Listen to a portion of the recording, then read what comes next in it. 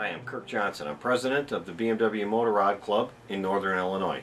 In this do-it-yourself video, I want to show you how to lubricate and maintenance the shifting mechanism on a K-bike. Now this is a K1200LT. Doesn't matter what year you drive. If you have a K-bike, the shifting mechanism needs to be lubed up every once in a while. So don't be afraid to get your hands in there, pull it apart, and lubricate the thing up. Now you may not know where to start, and that's why I'm making these videos, to show the newer owners, stuff like that, people that want to save some money. That's what this video is designed for. If you appreciate these videos and you feel like you'd like to donate to our club, please click the link down there on the left side and do so, and we would very much appreciate it. Thank you. Now the shifting linkage is a very often neglected service on a lot of bikes, but it is definitely something you should do, and have the confidence to do it. It really makes a huge difference. A lot of people jam the shifters down really hard on bikes, whether it's this type of bike. Certainly this K bike is notorious for breaking the linkage inside here, and that is because most times people have a very heavy foot. Things get out of adjustment back here, or they're not serviced properly, so they become difficult to shift, and people jam those things down, or they jam them up really hard, and things break in there, and you can really stave off a lot of problems by just simply servicing it. So what you got here is you got 3 hex bolts, and all you have to do to service this thing is take off the footrest and then remove the linkage, and you'll see it go through it here. So I'm going to start off by just breaking all these and pulling these bolts out.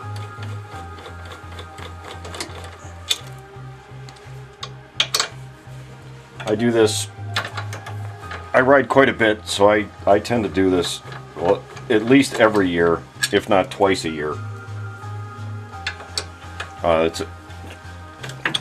This one's really pretty simple when it comes to the servicing.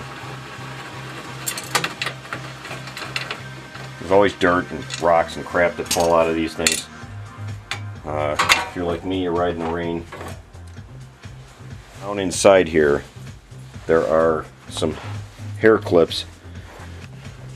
Try to get in for a little bit of a close-up here.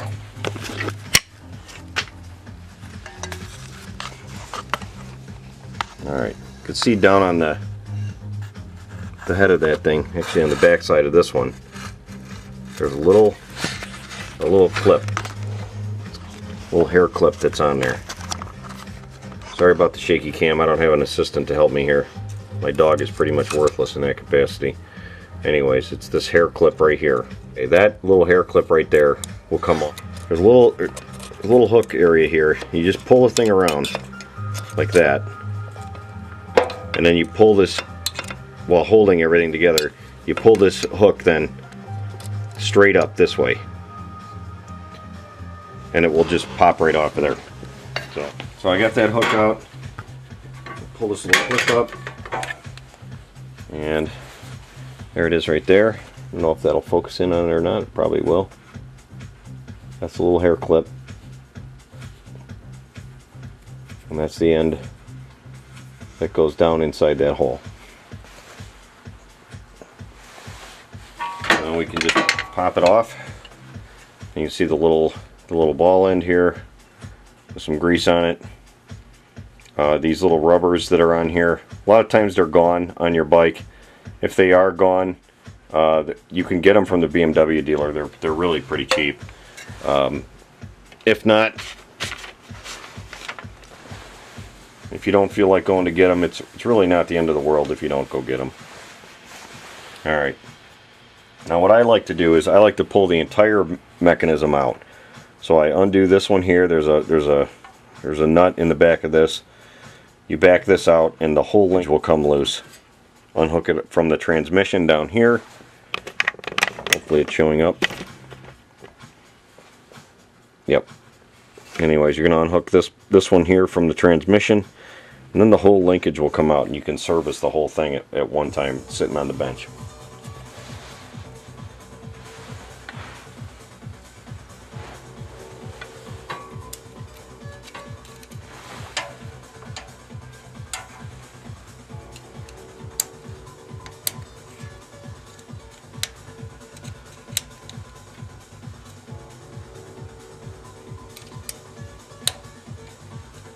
Alright, pull that up. There's another one of those little clips. Try not to lose them. They do go missing quickly. Pry that off. Okay, now you can see the whole shifter mechanism here is ready to come out. And I like to take it all apart so I can then lube up the bushing. I got this 10mm here on the nut behind it. Take your hex, number 5 hex, and loosen up this.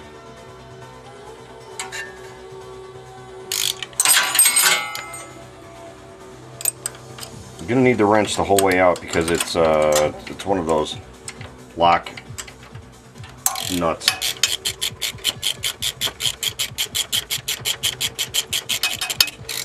And there is a washer on the back side of it too, so grab that as it comes out, as it all comes out.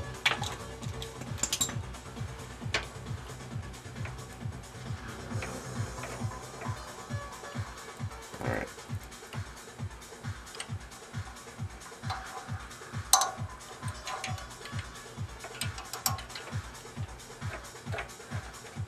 There we go. So there's the nut. You can see it's one of those, it's got kind of a crushed area there, so it doesn't back itself out on you while you're driving. So then just pull this bolt out, and now the whole mechanism will just come right out of there. So that's the mechanism there. And then I'm going to take it over to the bench and I'll service it over there. Really all it's going to take is just a matter of cleaning it up and putting it back together. Well, re-greasing it, of course, and putting it back together. So I like to make it all nice and pretty, even though nobody ever sees it. I don't know, sort of makes me feel better. Alright, some of the exterior stuff cleaned out. So you just take your rag here. You don't really need solvent for this. I don't ever use any for this job. Just clean out the little sockets there where the ball fits in. Just get the old grease out of it if there's dirt in there. One thing these washers that are on here, these little rubber washers, really do help is keeping the dirt out of them. Keeps them working a lot longer. I've actually ran for quite a few miles without them, and I could not believe the amount of dirt and garbage that was inside these little sockets. Just take a note when you're working on it so it all goes back together the same way as to which end, you know, let's say which end the solid part is instead of the little shaft. Now there are people that sell updated versions of these that are stronger than these, and I've never felt like I needed them because I'm not somebody that smashes my foot down on these things, putting a lot of stress on them. But you get people, you know, if somebody else rides your bike and they're used to slapping their foot down really hard, these break. They come off, they break. Anyway, so I just like to take a note of which direction they're in. It's not really that crucial or important because it's you know, it's one length. Everything should be in alignment. So, you know, if you look at this thing on a flat, it should be flat with this. If this thing's turned a little bit to the side, you may want to back this nut off and straighten it up and tighten it back down. If everything's in alignment, it's going to work out pretty good. Here we'll give a good close-up of these little clips and how they operate. So there's the little clip end right there. You can just take these with your finger, or you can use a hook tool and hook them around. So they just come off like that, and then they pull straight out. And then you can just take the end right off. Clean these up, clean the little ball ends up. You can take the rubber off of there if you want to, but I don't like to, because it stresses them out, and they tend to break then.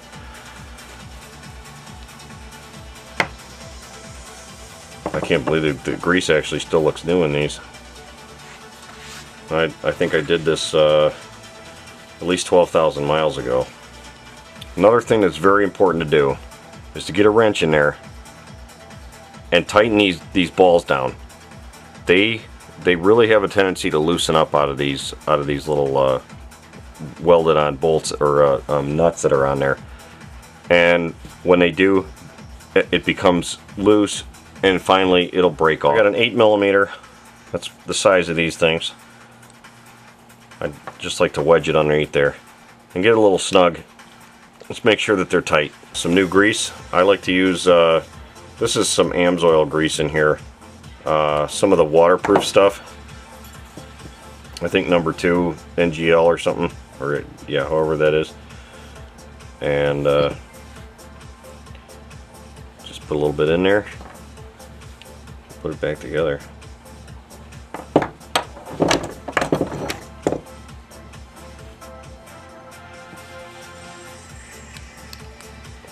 Just clicks back together. Alright, so you just reinstall the hair clip here. Goes down inside that little hole. Just fish around until you find the other one. And then it just clips on. That's it. Let me do the other one.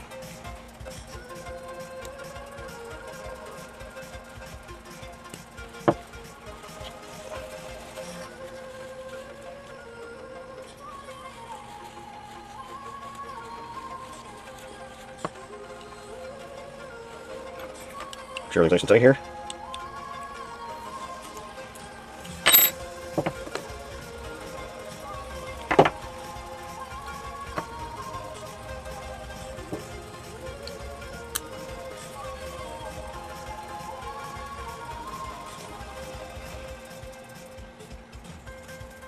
It goes back in, hopefully.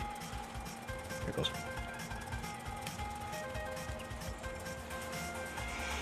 Alright, last thing on this thing. Well, 2 last things. One, we gotta put a little grease in these. So when we put it back on the bike,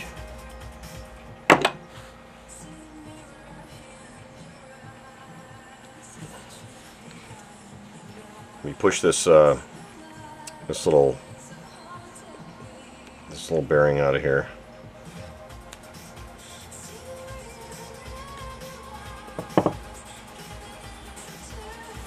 Just clean off the old grease, put on some new grease, and it goes back on the bike. It's done.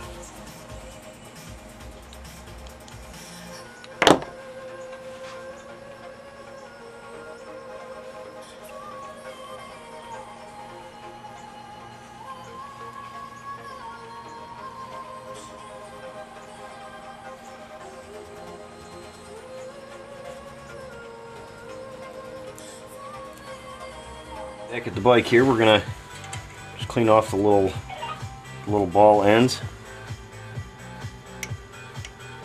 Tighten these things in, make sure they're all snugged up.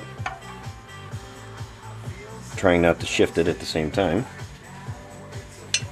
And on the back end of this, same thing. Clean off the old grease. This one might be bigger. It's all still tight. A little dab of grease on both of them.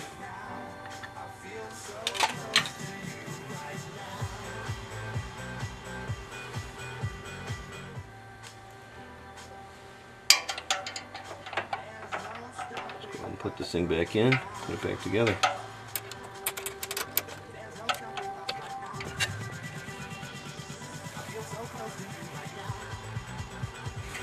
This thing's a little tricky to get back in here, just because there's not a whole lot of clearance back there, but feel around, you can get, sometimes you put a little dab of grease on your hand, you can get it to stick there a little bit better.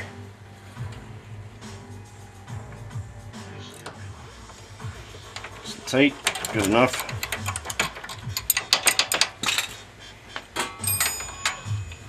Put this end on first.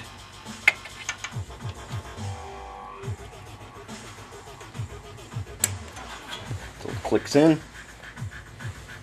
The little hair clip back in the hole. This one you can get at pretty easy.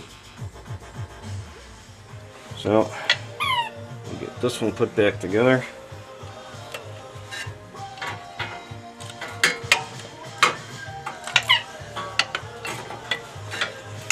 It's always clearance issues here. Oh, if you ever have to get to your O2 sensor, it's right there. It's really not that hard to get to. If your bike starts getting really bad mileage or starts running crappy and you can't figure out why, look to the O2 sensor. Just wipe off the excess grease so we don't attract more dirt than is normal.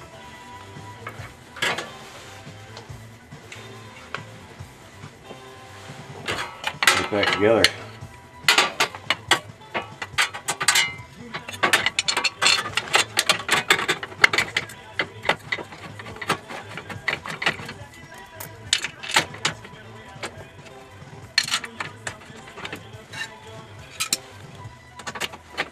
Now pretty much every bolt on this thing, every bolt, nut, screw, everything's got a torque value to it, but personally I pretty much ignore them on the foot peg.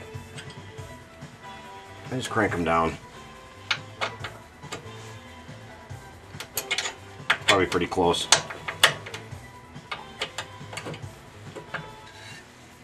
Alright, that's it. It's all cleaned and serviced. And it's ready to go. And if you ever do this on your bike, you're gonna notice right away something probably was loose. If you haven't done it in a long time, I can't strongly recommend this one enough. You get in there and do that service. It really makes a huge difference.